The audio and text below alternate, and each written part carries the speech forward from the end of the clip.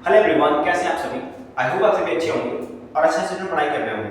So guys, आज की class में हम बात करने वाले हैं कक्षा 12 फिजिक्स के फर्स्ट चैप्टर की, जिसका नाम है वैद्युत आवेश तथा क्षेत्र। तो चलिए बिना किसी देरी की शुरुआत करते हैं आज के इस बेहतरीन चैप्टर की। सो गाइस, चैप्टर स्टार्ट करने से पहले जो हमारे चैप्टर का यूनिट होता है उसके बारे में डिस्कस करना बहुत इंपॉर्टेंट होता है। तो ये सबसे पहले बात करते हैं कि अपने इस चैप्टर की यूनिट का क्या नाम है। तो जो चैप्टर 1 की यूनिट है उसका नाम है स्थिर वैद्युत की, राइट, स्थिर वैद्युत की। स्थिर वैद्युत को अंग्रेजी में कहते हैं इलेक्ट्रोस्टैटिक्स, राइट, इलेक्ट्रोस्टैटिक्स। अब कहेंगे सर इलेक्ट्रोस्टैटिक्स क्या होता है, इसका मतलब क्या है। तो गाइस देखो, इलेक्ट्रोस्टैटिक्स आपका दो वर्ड से मिलकर बना होता है। कितने वर्ड से मिलकर बना है आपका? दो वर्ड से। कौन कौन से? पहला वर्ड जो हमारा उसका नाम है इलेक्ट्रो और दूसरा वर्ड हमारा है स्टैटिक्स। तो इलेक्ट्रोस्टैटिक्स दो वर्ड से मिलकर बना है, इलेक्ट्रो और स्टैटिक्स। इलेक्ट्रो का मतलब होता है चार्ज और स्टैटिक्स का मतलब होता है एट रेस्ट। रेस्ट का मतलब होता है विराम। विराम का मतलब क्या होता है? रुका हुआ, राइट। तो आप बताते हो भौतिक विज्ञान की वह शाखा जिसमें हम रुके हुए आवेश का अध्ययन करते हैं उसे स्थिर वैद्युत की या फिर इलेक्ट्रोस्टैटिक्स कहा जाता है, राइट। तो आई होप कि यूनिट का नाम आपको समझ में आ चुका हो। स्थिर वैद्युत क्या है आप बताएंगे? विज्ञान की वह शाखा जिसमें हम रुके हुए आवेश का अध्ययन करते हैं उसे हम स्थिर वैद्युत कहते हैं, या तो आप कह सकते हो भौतिक विज्ञान की वह शाखा जिसमें आवेश को स्थिर मान के अध्ययन किया जाता है उसे स्थिर वैद्युत कहते हैं, राइट। तो मैं यहाँ पर लिख देता हूँ कि स्थिर वैद्युत क्या है। आप लिखेंगे भौतिक विज्ञान की वह शाखा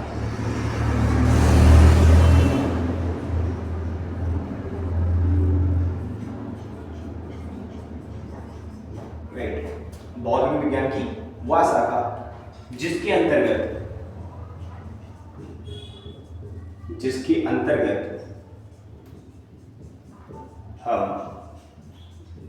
आवेश को स्थिर मान के अध्ययन करते हैं। आवेश को स्थिर मानकर अध्ययन करते हैं, मानकर अध्ययन करते हैं,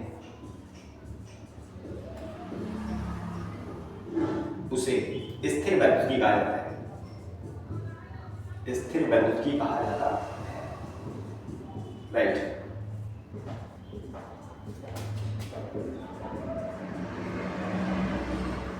तो ये जो हमारी इकाई है, इकाई 1 है, इस इकाई के अंतर्गत हमें दो चैप्टर की स्टडी करनी है। तो चैप्टर नंबर 1 जो है उसका नाम है, चैप्टर नंबर 1 का नाम हमारे विद्युत आवेश तथा क्षेत्र। विद्युत आवेश तथा क्षेत्र, राइट। पहला चैप्टर हमारा क्या है? विद्युत आवेश तथा क्षेत्र। इसको इंग्लिश में हम बोलते हैं electric charge and field.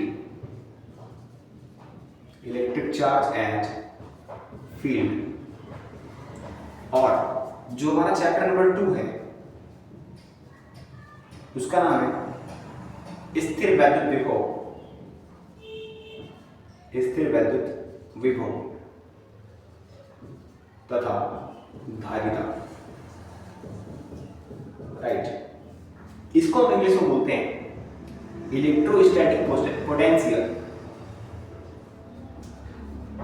Electrostatic potential and capacitance, right. Electrostatic potential and capacitance. तो ये दो चैप्टर की स्टडी हमें इस इकाई के अंतर्गत करनी है, राइट। इतनी बात आई होप कि आपको समझ में आ चुकी होगी। मैं फिर से एक बार रिवाइंड कर देता हूँ। हमने कहा कि हमारी इकाई 1 है, उसका नाम है स्थिर वैद्युत की। स्थिर वैद्युत को इंग्लिश में बोलते हैं इलेक्ट्रोस्टैटिक्स। ये जो इलेक्ट्रोस्टैटिक्स है ये दो शब्दों से मिलकर बना होता है, इलेक्ट्रो और स्टैटिक्स। इलेक्ट्रो का मतलब होता है चार्ज। चार्ज को हम आवेश बोलते हैं। चार्ज को क्या बोलते हैं? आवेश। इलेक्ट्रो का मतलब होता है आपका चार्ज या तो आवेश, और स्टैटिक्स का मतलब होता है एट रेस्ट, मतलब रुका हुआ या तो विराम में। तो इसी को हमने कहा कि भौतिक विज्ञान की वह शाखा जिसके अंतर्गत हम रुके हुए आवेश का अध्ययन करते हैं या तो आवेश को स्थिर मान के अध्ययन करते हैं उसे स्थिर वैद्युत कहते हैं। और इस यूनिट के अंतर्गत हमें दो चैप्टर की स्टडी करनी है। चैप्टर नंबर 1 हमारा है विद्युत आवेश तथा क्षेत्र, और चैप्टर नंबर 2 है स्थिर वैद्युत विभव तथा धारिता। तो आई होप कि इतनी बातें आपको पता लग चुकी होंगी। तो आज जो स्टार्ट करने वाले हैं, आज हम स्टार्ट करने वाले हैं चैप्टर नंबर 1 जिसका नाम है विद्युत आवेश तथा क्षेत्र। तो सभी लोग फटाफट से हेडिंग लगा लीजिए, विद्युत आवेश तथा क्षेत्र चैप्टर नंबर 1, राइट। आइए शुरुआत करते हैं आज के इस बेहतरीन चैप्टर की, राइट। तो इसमें सबसे पहले हम जानेंगे कि विद्युत आवेश क्या होता है, राइट। विद्युत आवेश किसे कहते हैं, तो मैंने इसको मिटा दिया है चैप्टर नंबर 1, ये हमारा हो गया चैप्टर, राइट। तो सबसे पहले हम इसमें समझेंगे कि आवेश है क्या। नाम में क्लियर है, विद्युत आवेश तथा क्षेत्र, इसका मतलब हमें विद्युत आवेश की स्टडी करनी है और आवेश के सराउंडिंग जो क्षेत्र उसकी स्टडी करनी है। तो सबसे पहले हमें समझना पड़ेगा कि आवेश क्या बला है, आवेश क्या होता है, राइट। तो आवेश को अंग्रेजी में बोलते हैं चार्ज। क्या बोलते हैं अंग्रेजी में से? चार्ज बोलते हैं। अब ये चार्ज क्या है आप बताएंगे? किसी वस्तु में उत्पन्न वह गुण जिसकी वजह से वह किसी अन्य वस्तु को प्रतिकर्षित या तो आकर्षित करती है, उसे आवेश कहते हैं, राइट। मुझे पता है कि आपको नहीं समझ में आया, मैं फिर से भी आपको बताऊंगा। पहले एक एग्जांपल समझते हैं, राइट। जैसे मान लीजिए आपने एक पेन लिया, राइट। पेन अभी आपने ऐसे ले लिया, अभी उसके अंदर कोई भी इफेक्ट नहीं दिख रहा है, कोई भी प्रभाव नहीं दिख रहा है, कोई भी गुणधर्म नहीं दिख रहा है, राइट। तो जब आप उसी पेन को बालों में रगड़ते हो या तो किसी ऊन वाले कपड़े से रगड़ दीजिए, ठीक है। तो जब इस पेन को हम रगड़ते हैं बालों में, उसके बाद पेपर के पास ले जाते हैं, तो क्या होता है पेन दूसरी चीजों को अट्रैक्ट करने लगती है, आकर्षित करने लगती है, मतलब इस पेन के अंदर कुछ गुण आ गया है और इसी गुण को हम आवेश कहते हैं। आवेश कुछ नहीं है, आवेश उत्पन्न गुणधर्म है किसी वस्तु के अंदर, और क्यों उत्पन्न होता है? इलेक्ट्रॉन की कमी या तो बढ़ोतरी की वजह से। अब इसकी चर्चा हम करेंगे, फिलहाल इसकी परिभाषा में लिखता हूं कि आवेश क्या है। आप बताएंगे किसी वस्तु में उत्पन्न हुआ गुणधर्म, किसी वस्तु में उत्पन्न वह गुण जिसकी वजह से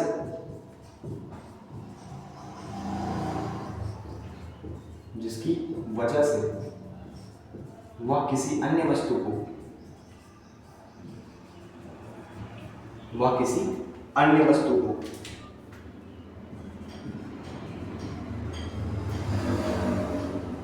प्रतिकर्षित या आकर्षित करती है,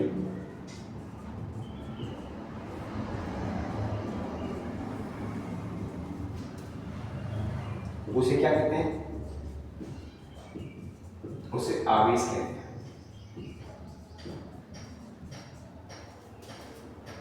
राइट। या तो आप बोल सकते हो किसी वस्तु में उत्पन्न हुआ गुण जिसकी वजह से वह विद्युत चुंबकीय बल का अनुभव करती है, राइट। कौन से बल का? विद्युत चुंबकीय बल, राइट। यहाँ मैं इसकी परिभाषा भी लिख देता हूँ। आप लिखेंगे किसी वस्तु का वह गुणधर्म, मतलब किसी वस्तु में उत्पन्न हुआ गुणधर्म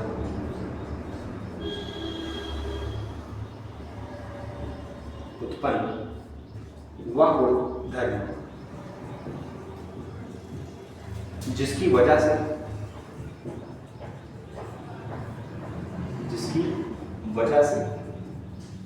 वह विद्युत चुंबकीय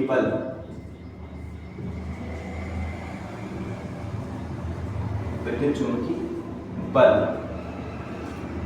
का अनुभव करती है।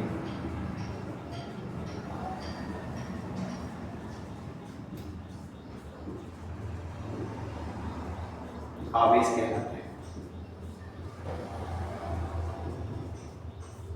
राइट। तो आई होप कि आवेश क्या है आप अच्छे से समझ चुके हैं, राइट। मैं एक बार फिर से रिवाइज करता हूँ। हमने कहा किसी वस्तु में उत्पन्न हुआ गुणधर्म जिसकी वजह से वह विद्युत चुंबकीय बल का अनुभव करती है, उसे आवेश कहते हैं। अब बात करते हैं कि आवेश उत्पन्न कैसे होता है, किसी वस्तु में आवेश आता ही क्यों और किस वजह से आता है, राइट। तो इसको समझते हैं। तो आप लोग हेडिंग लगा लीजिए, आवेश की संकल्पना या फिर कॉन्सेप्ट ऑफ चार्ज, कि मतलब एक चार्ज का कॉन्सेप्ट क्या है, चार्ज उत्पन्न हुआ तो हुआ कैसे, राइट। इसकी बात करनी है। तो आप लोग हेडिंग लगाइए, आवेश की संकल्पना, आवेश की संकल्पना। इसको हम इंग्लिश में बोलते हैं concept of charge, concept of charge, कि मतलब आवेश की संकल्पना है क्या। सो गाइस ये जो आवेश की संकल्पना है ना, एक इलेक्ट्रॉन की आधार पर दी जाती है। आप कहेंगे सर इलेक्ट्रॉन के आधार पर क्यों, प्रोटॉन के आधार पर क्यों नहीं? अच्छा, जिनको इलेक्ट्रॉन प्रोटॉन नहीं समझ आता, थोड़ा सा मैं यहाँ पे आपको बता देता हूँ रफली। जैसे कोई भी पदार्थ होता है, पदार्थ छोटे छोटे कणों से मिलकर बनता है, राइट? कोई भी पदार्थ है, पदार्थ छोटे छोटे कणों से मिलकर बना होता है और उन छोटे कणों को परमाणु कहते हैं। क्या बोलते हैं? परमाणु।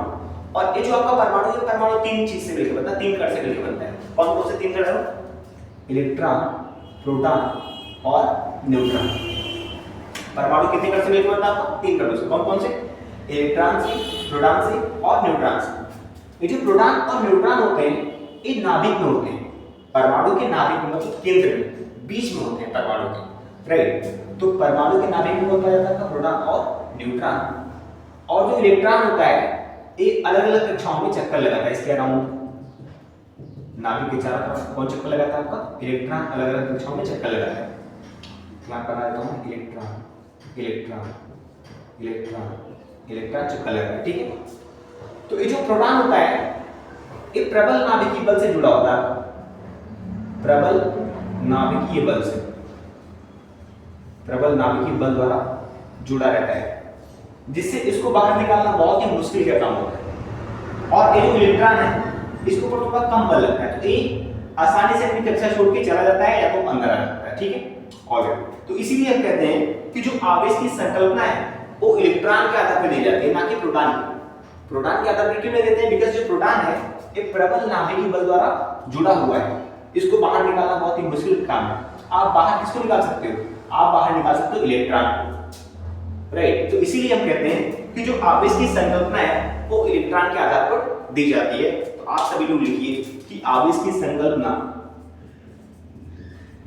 आवेश की संकल्पना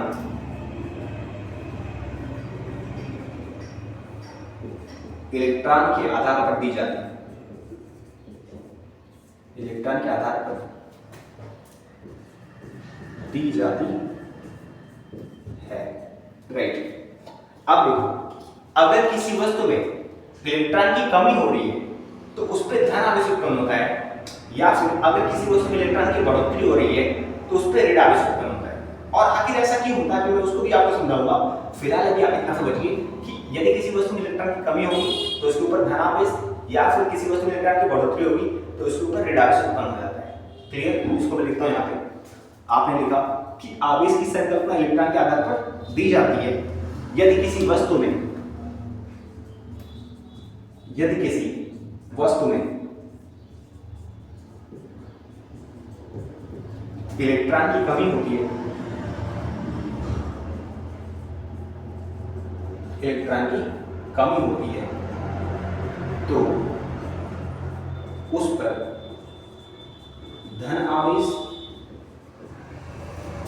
तथा इलेक्ट्रॉन की वृद्धि होती है।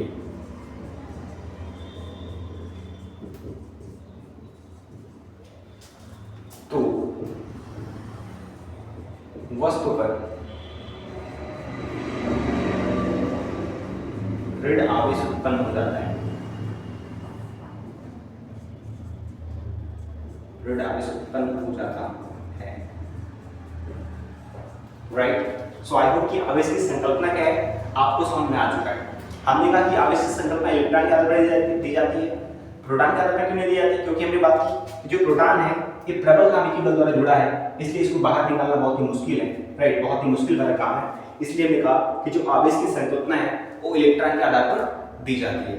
हमने कहा कि यदि किसी वस्तु में इलेक्ट्रॉन की कमी होती है तो उस पर धन आवेश उत्पन्न होगा, अगर किसी वस्तु में इलेक्ट्रॉन की वृद्धि होगी तो उसके ऊपर ऋण आवेश उत्पन्न होगा। अगर कमी हुई तो धन आवेश, अगर वृद्धि हुई तो ऋण आवेश। अब आखिर ऐसा होता क्यों है कि मतलब कमी से धन आवेश उत्पन्न हुआ, वृद्धि से ऋण आवेश क्यों उत्पन्न हुआ? अब आइए इसको समझते हैं। तो उसके लिए मैं पहले इसको इरेज कर देता हूं, मिटा देता हूं इसको, फिर हम समझते हैं। सो गाइस अब आइए समझते हैं कि अगर इलेक्ट्रॉन की कमी हो रही है तो उस पर धन आवेश उत्पन्न होता है, या फिर इलेक्ट्रॉन की बढ़ोतरी होती है तो ऋण आवेश उत्पन्न होता है। आइए इसकी बात करते हैं। तो इसको समझने के लिए मैं आपके पास दो परमाणु लेता हूं। यहाँ पर एक परमाणु ले लिया सोडियम का Na, राइट? और दूसरा मैंने यहाँ कर लिया यहाँ पे क्लोरीन। इसका जो परमाणु क्रमांक होता है वो आपका होता है 11, और इसका जो परमाणु क्रमांक होता है क्लोरीन का वो होता है हमारा 17, राइट? देखिए ध्यान से देखिए, मैंने कहा कि आखिर इलेक्ट्रॉन की कमी से धन आवेश उत्पन्न हुआ, या तो इलेक्ट्रॉन की वृद्धिशीलता इसके उत्पन्न हुआ, उसको समझने के लिए हम दो परमाणु लेने वाले हैं। पहला हमने लिया क्या, सोडियम, और दूसरा हमने लिया है क्लोरीन। सोडियम का परमाणु क्रमांक हमारा 11 होता है, परमाणु क्रमांक हम Z से लिखते हैं, इसका Z बराबर 11 है, इसका Z बराबर कितना है 11, इसका Z बराबर कितना हो जाएगा आपका, इसका Z बराबर हो जाएगा 17। अब किसी भी परमाणु के अंदर जो भी जितना परमाणु क्रमांक होता है उतने ही उसके अंदर प्रोटॉन पाए जाते हैं, मतलब Z बराबर आपका होता है P, Z बराबर क्या होता है P, P का मतलब क्या है, प्रोटॉनों की संख्या, जितना परमाणु क्रमांक उतना उसके अंदर प्रोटॉन, और अगर इसके ऊपर कोई चार्ज नहीं है तो उतने इलेक्ट्रॉन भी होते हैं, उतने क्या होते हैं इलेक्ट्रॉन। एक कब सत्य है, ये घटना कब सत्य होगी आपकी, उदासीन परमाणु के लिए, उदासीन परमाणु के लिए, राइट। तो अगर आपका परमाणु उदासीन है तो जितना उसका परमाणु क्रमांक रहेगा उतने उसके अंदर प्रोटॉन पाए जाते हैं, और जितने प्रोटॉन रहेंगे उतने ही इलेक्ट्रॉन पाए जाते हैं। यहाँ पर भी सेम वही केस होगा आपका, अगर Z बराबर 17 है तो Z बराबर क्या होगा आपका, Z बराबर P बराबर E, क्लियर, ऑलराइट। इसका मतलब इसके अंदर कितने प्रोटॉन हो गए आपके, 11 प्रोटॉन हो गए, और इलेक्ट्रॉन कितने हो गए आपके, 11 इलेक्ट्रॉन हो गए। अगर Z बराबर P बराबर E है तो Z बराबर 17 है, P बराबर कितना हो जाएगा आपका 17, और E बराबर कितना हो जाएगा आपका 17 इलेक्ट्रॉन, यहाँ पे 11 इलेक्ट्रॉन। अब देखो क्या होता है, सोडियम को परमाणु क्रमांक 11 जब इसके इलेक्ट्रॉनिक विन्यास करते हैं तो होता है 2,8,1। सोडियम का जो इलेक्ट्रॉनिक विन्यास है कितना होता है आपका 2,8,1, और ये क्लोरीन है इसका इलेक्ट्रॉनिक विन्यास होता है 2,8,7। देखो कोई भी परमाणु होता है वो चाहता है उसका अष्टक पूरा रहे, अष्टक मतलब उसके बाह्य तत्वों में 8 इलेक्ट्रॉन रहे, कोई भी परमाणु वो वही चाहता है, ठीक है, ताकि वो अस्थायी हो जाए। आप हमेशा रखिए वो अष्टक क्यों पूरा करना चाहता है, क्योंकि कोई भी परमाणु होता है वो अपने घर बसाना चाहता है, अस्थायी होना चाहता है, राइट। जैसे आप भी हो, आप पढ़ लिख के क्या करना चाहते हो, आप कोई जॉब लेना चाहते हो ताकि आपका जो फ्यूचर है वो स्टेबल हो जाए, अस्थायी हो जाए, आप भी अस्थायी होना चाहते हो। ऐसे कोई भी परमाणु है वो चाहता है कि उसका अष्टक पूरा हो जाए ताकि वह अस्थायी हो सके, ताकि वह क्या हो सके, अस्थायी, राइट। तो यहाँ पे देखो सोडियम का हमने इलेक्ट्रॉनिक विन्यास किया तो मिल गया 2,8,1। तो अगर अपना इसको अपना अष्टक पूरा करना होगा तो इसको 7 इलेक्ट्रॉन की आवश्यकता है, एक इलेक्ट्रॉन है, अगर 8 चाहिए तो 7 लाना पड़ेगा इसको, तो ये 2 काम कर सकता है, इसके पास 2 ऑप्शन है, या तो एक कहीं से 7 इलेक्ट्रॉन लेके आया अष्टक पूरा करने के लिए, या तो ये जो इसके पास एक जो है, एक जो क्या कर दे, डोनेट कर दे, एक क्या कर दे, डोनेट कर दे। ये जो क्लोरीन इसके पास भी 2 ऑप्शन है, इसको अपना अष्टक पूरा करना है, इसको बाहर से या तो एक इलेक्ट्रॉन लेके चला है, या तो 7 इलेक्ट्रॉन क्या कर दे आपका त्याग दे। तो देखो 7 इलेक्ट्रॉन लाना बड़ी बात है, लेकिन एक इलेक्ट्रॉन त्यागना बहुत ही छोटी बात है, ठीक है। तो ये क्या करता है, सोडियम अपने अंदर से एक इलेक्ट्रॉन निकाल देता है, तो जैसे एक इलेक्ट्रॉन निकालेगा क्या हो जाएगा देखिए, राइट, तो 2,8 बचेगा, और इसने एक इलेक्ट्रॉन दिया है तो जितना देता है उतना प्लस होता है, राइट। तो Na प्लस बन गया, लेकिन इसके अंदर इलेक्ट्रॉन कितना हो गया 10। इसके अंदर क्या हुआ देखो, इसने 7 त्यागा नहीं, इसने एक इलेक्ट्रॉन ले लिया, जब एक इलेक्ट्रॉन ले लेगा कितना हो जाएगा आपका 2,8,8, पहले 7 थे, इसने एक और ले लिया, कितना हो गया आपका 8 हो गया। अब देखो क्या हो जाएगा, Cl जो है इसने एक इलेक्ट्रॉन लिया है तो Cl माइनस इलेक्ट्रॉनिक विन्यास आपका ये हो जाएगा, जो इलेक्ट्रॉन देता है उसके ऊपर प्लस लगता है, जो इलेक्ट्रॉन लेता है उसके ऊपर माइनस लगता है, जो जितना इलेक्ट्रॉन देगा उसके ऊपर उतना प्लस, जो जितना इलेक्ट्रॉन लेगा उसके ऊपर उतना माइनस, क्लियर। अगर कोई परमाणु है वो 2 इलेक्ट्रॉन दे रहा है, इसका मतलब उसके ऊपर 2 प्लस लगेगा। अगर कोई परमाणु है जो 2 इलेक्ट्रॉन ले रहा है, इसका मतलब उसके ऊपर कितना माइनस लगेगा आपका 2 माइनस। अरे आप भी सोचो ना यार, अगर आप किसी को पैसा देते हो तो आप प्लस में होते हो ना, मतलब आपने दान दिया किसी, अगर जो कर्जा ले रहा है उसका मतलब माइनस में हो गया बेचारा। तो सेम यही कहानी यहाँ पर भी हो रही है, यहाँ पे किसका दान दे रहे हैं हम लोग, इलेक्ट्रॉन का दान दे रहे हैं, जो जितना इलेक्ट्रॉन का दान करेगा उसके ऊपर उतना प्लस, जो जितना इलेक्ट्रॉन को गेन करेगा उसके ऊपर उतना माइनस। तो आई होप कि ये कॉन्सेप्ट आपको समझ में आ चुका है, राइट। तो हम फिर से वापस आते हैं कहानी के, हमने क्या किया था अभी, मैं पूरी बात को फिर से दोहराता हूँ। हमने अब इसकी संकल्पना को समझने के लिए हमने 2 परमाणु लिए, तो मैंने एक परमाणु लिया सोडियम, इसका परमाणु क्रमांक होता है 11, दूसरा परमाणु लिया मैंने क्लोरीन, इसका परमाणु क्रमांक होता है 17, राइट। तो जितना परमाणु क्रमांक होता है उतना उसके अंदर प्रोटॉन होता है, उतना इलेक्ट्रॉन होता है उदासीन परमाणु के लिए। उसका Z बराबर 11 है तो P बराबर कितना हो जाएगा 11 हो जाएगा, और E बराबर कितना हो जाएगा आपका 11, क्योंकि तीनों बराबर है ना आपस में। तो जब हम इसका इलेक्ट्रॉनिक विन्यास करते हैं तो हमें मिलता है 2,8,1, ये हमारा सोडियम का इलेक्ट्रॉनिक विन्यास है, राइट। तो हमने कहा कि कोई भी परमाणु है वो चाहता है कि उसका अष्टक पूरा हो जाए, क्यों? क्योंकि स्टेबल होना चाहता है। तो ये क्या करेगा, इसको अगर अपना अष्टक पूरा करना पड़ेगा, इसको 7 इलेक्ट्रॉन कहीं से लेके आना पड़ेगा, या तो एक इलेक्ट्रॉन त्यागना पड़ेगा। तो 7 इलेक्ट्रॉन त्यागना बड़ी बात है, इसके लिए पॉसिबल नहीं है। कैसे पॉसिबल क्यों नहीं है? सोचो, अगर 7 इलेक्ट्रॉन त्याग दे तो इसका न्यूक्लियस कोलैप्स कर जाएगा, राइट। अभी उतनी बातें मैं नहीं करना चाहता हूँ, बट फिर मैं बता देता हूँ, ठीक है। तो अगर 7 इलेक्ट्रॉन त्याग दिए गए तो कितना इलेक्ट्रॉन बचेगा इसके अंदर से? अभी 11 है, अगर 7 निकाल दिया, सॉरी 7 ले लिया, अगर निकालने वाली बात है, लेने वाली बात है, ठीक है। तो अभी 11 इलेक्ट्रॉन है, 11 प्रोटॉन भी है इसके अंदर, 11 प्रोटॉन 11 इलेक्ट्रॉन। तो अगर 7 इलेक्ट्रॉन ले लेगा तो इसके अंदर कितने इलेक्ट्रॉन लेंगे? पहले 11 है, 7 ले लेगा, कितना हो जाएगा? 18 हो जाएगा। तो 11 प्रोटॉन वाला परमाणु 18 इलेक्ट्रॉन को हैंडल नहीं कर सकता है, ये बात होती है, ठीक है। चलिए आगे बढ़ते हैं। तो सोडियम ने क्या किया, अपना 1 इलेक्ट्रॉन निकाल दिया इसके अंदर से। तो जब 1 इलेक्ट्रॉन निकाल दिया तो इसके अंदर बचा कितना? 2,8, अष्टक पूरा हो चुका है। प्रोटॉन देखो 11 है, प्रोटॉन इसके अंदर 11 ही है, और इलेक्ट्रॉन कितना हो गया आपका? 10 इलेक्ट्रॉन हो गया इसके अंदर 10। अच्छा देखो कौन सा आवेश है ज्यादा? हम जानते हैं प्रोटॉन का धन आवेश होता है, तो प्रोटॉन 11 है और इलेक्ट्रॉन का क्या है? 10। तो प्रोटॉन की संख्या ज्यादा है ना आपकी, मतलब धन आवेश ज्यादा है, और धन आवेश ज्यादा है तो वही हम कह रहे हैं कि अगर कोई परमाणु इलेक्ट्रॉन त्यागता है तो उसके ऊपर धन आवेश उत्पन्न होता है। धन आवेश क्यों उत्पन्न होता है? क्योंकि प्रोटॉन की संख्या बढ़ जाती है, प्रोटॉन की संख्या बढ़ जाती है। अगर समझ में आया तो अच्छी बात है, नहीं आया तो फिर भी कोई बात नहीं, राइट। आप इतना याद कर लो कि अगर कोई परमाणु इलेक्ट्रॉन देता है तो इसके ऊपर धन आवेश उत्पन्न होता है। और क्यों होता है मैंने आपको लॉजिक समझा दिया यहाँ पे। आइए देखते हैं ऋण आवेश क्यों उत्पन्न होता है। इसने क्या किया, अष्टक पूरा करने के लिए इलेक्ट्रॉन ले लिया है किसी से, तो पहले 17 इलेक्ट्रॉन थे इसके अंदर, अब एक ले लिया है, कितना हो गया इसके अंदर? 18। प्रोटॉन 17 ही है, इलेक्ट्रॉन कितना हो गया आपका? 18, और इलेक्ट्रॉन का ऋण आवेश है। तो देखो हमने कहा कि प्रोटॉन हमारे पास कितना है? 17 है, इलेक्ट्रॉन कितना हो गया हमारे पास? 18 हो गया। तो कौन सा आवेश बढ़ा है? धन आवेश की ऋण आवेश। जाहिर सी बात है, आपको दिख रहा है ऋण आवेश 18 है, धन आवेश 17 है, मतलब ऋण आवेश बढ़ चुका है। तो वही हम कहते हैं अगर कोई परमाणु इलेक्ट्रॉन ग्रहण करता है, इलेक्ट्रॉन लेता है, तो इसके ऊपर ऋण आवेश लग जाता है, राइट। अगर आपको यहाँ पे बात समझ में आई तो वीडियो को लाइक करिए, राइट, और चैनल को सब्सक्राइब करिए। चलिए आगे बढ़ते हैं, राइट। अब हम बात करते हैं आवेश के प्रकार की, कि आवेश कितने प्रकार का होता है, राइट। फिलहाल इतनी बातें आपको समझ में आ चुकी होंगी, मैं एक बार फिर रिवाइज कर देता हूं हमने क्या क्या पढ़ा है। सबसे पहले मैंने आपको समझाया स्थिर वैद्युत की। हमने कहा कि स्थिर वैद्युत की अपनी 2 वर्ड से मिलकर बनी है, इलेक्ट्रो और स्टैटिक्स। इलेक्ट्रो का मतलब होता है चार्ज और स्टैटिक्स का मतलब होता है एट रेस्ट। मतलब जब हम रुके हुए आवेश का अध्ययन करते हैं उसे स्थिर वैद्युत की कहते हैं, या फिर आप बोलते हो विज्ञान की वह शाखा जिसमें हम आवेश को स्थिर मान के अध्ययन करते हैं उसे स्थिर वैद्युत की कहते हैं। फिर मैंने आपको कहा कि स्थिर वैद्युत के अंतर्गत हमें 2 चैप्टर की स्टडी करनी है। पहला चैप्टर हमारा था विद्युत आवेश तथा क्षेत्र, और दूसरा चैप्टर है स्थिर वैद्युत विभव तथा धारिता। तो हम लोग फर्स्ट चैप्टर की स्टडी कर रहे हैं, और सबसे पहले हमने बात किया आवेश की, कि आवेश क्या होता है, जिसमें मैंने आपको समझाया कि आवेश किसी वस्तु का गुणधर्म है। आवेश किसी वस्तु क्या है? कि किसी वस्तु में उत्पन्न हुआ गुणधर्म जिसकी वजह से वह किसी वस्तु को प्रतिकर्षित या तो आकर्षित करती है, उसे आवेश कहते हैं, राइट। ये हमने पढ़ा आवेश के बारे में। फिर हमने बात की कि यार आवेश किसी वस्तु में आता क्यों है, मतलब हमने बात किया आवेश की संकल्पना की। तो हमने कहा उसमें कि आवेश की संकल्पना इलेक्ट्रॉन के आधार पर दी जाती है। यदि किसी वस्तु में इलेक्ट्रॉन की कमी होती है तो उसके ऊपर धन आवेश, अगर किसी वस्तु में इलेक्ट्रॉन की बढ़ोतरी होती है तो उसके ऊपर ऋण आवेश उत्पन्न होता है। यहाँ तक बात समझ में आ गई तो वीडियो को लाइक कर दीजिए। चलिए आगे बढ़ते हैं, आवेश के प्रकार की बात करते हैं कि आवेश कितने प्रकार के होते हैं। तो हेडिंग लगाइए आप लोग आवेश के प्रकार, और मैं इसको इरेज कर देता हूँ। तो हेडिंग लगाना आपको आवेश के प्रकार,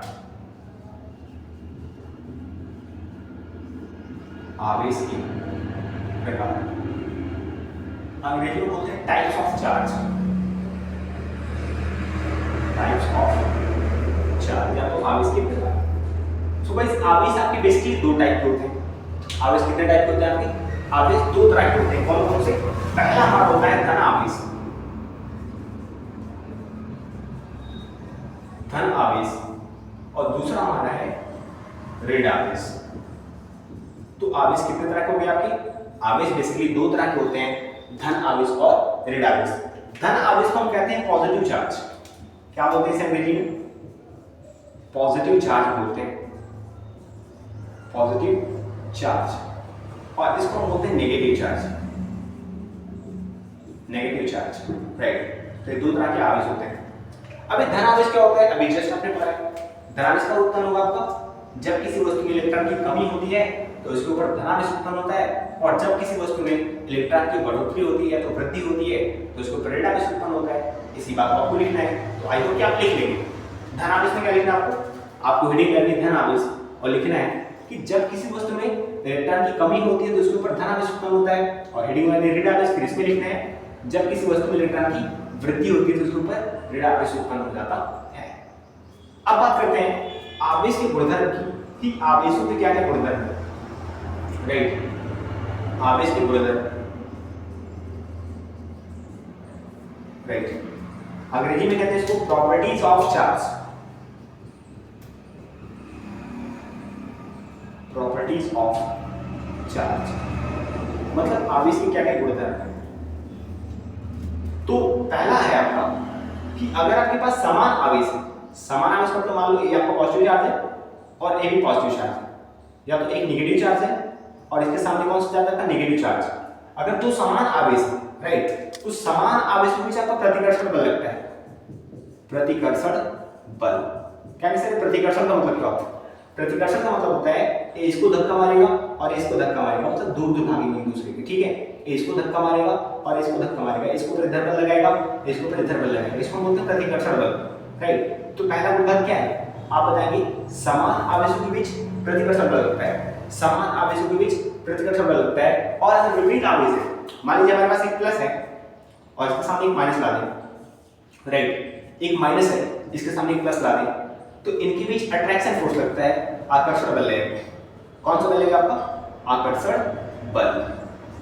तो आप कह सकते हो कि समान आवेशों के बीच प्रतिकर्षण बल और विपरीत आवेशों के बीच प्रतिकर्षण बल लगता है। सॉरी, उल्टा बोल दिया मैंने, राइट। आपको बोलना है कि समान आवेशों के बीच प्रतिकर्षण बल और विपरीत आवेशों के बीच आकर्षण बल लगता है। तो आई होप कि आप समझ चुके हैं कि आवेश का प्रथम गुणधर्म क्या है। तो पहला गुणधर्म आपको ये लिखना है कि समान आवेशों के बीच प्रतिकर्षण बल और विपरीत आवेशों के बीच आकर्षण बल लगता है आपका। क्लियर? दूसरे गुणधर्म की बात करते हैं। जो हमारा चार्ज होता है ये इनवेरिएंट होता है, इनवेरिएंट, आप परिवर्तनशील बोलते हैं, आप परिवर्तनशील। इसका मतलब यह वेग बढ़ाने पे इसका मान नहीं बदलता है कि अगर आप चार्ज की स्पीड बढ़ा दो, मान लो बहुत तेजी से इसको बढ़ा रहे हो, बहुत तेजी से भगा रहे हो, इसको अलग अलग वेग से गति करा रहे हो, तो इससे इसके मान में कोई फर्क नहीं पड़ता। ये बोलता मुझे फर्क नहीं पड़ता जमाना क्या कहता है या तो तुम स्पीड कितनी भगा रहे हो, ठीक है। मतलब चार्ज का जो मान है वो स्पीड के ऊपर डिपेंड नहीं करता, इसलिए इसको बोल रहे हैं चार्ज जो है वो अपरिवर्तनशील होता है, इनवेरिएंट होता है, राइट। तो आप लिखेंगे आवेश अपरिवर्तनशील होता है। क्या होता है आपका? अपरिवर्तनशील होता है। क्लियर? तो आई होप कि आपको बातें समझ में आ चुकी हैं। अगर आपको वीडियो अच्छा लगा तो वीडियो को लाइक करें, और अगर चैनल पर नए हैं तो चैनल सब्सक्राइब करें। मिलते हैं इस क्लास की सेकेंड वीडियो में, तब तक के लिए bye bye, Jai Hind, take care, see you in the next video.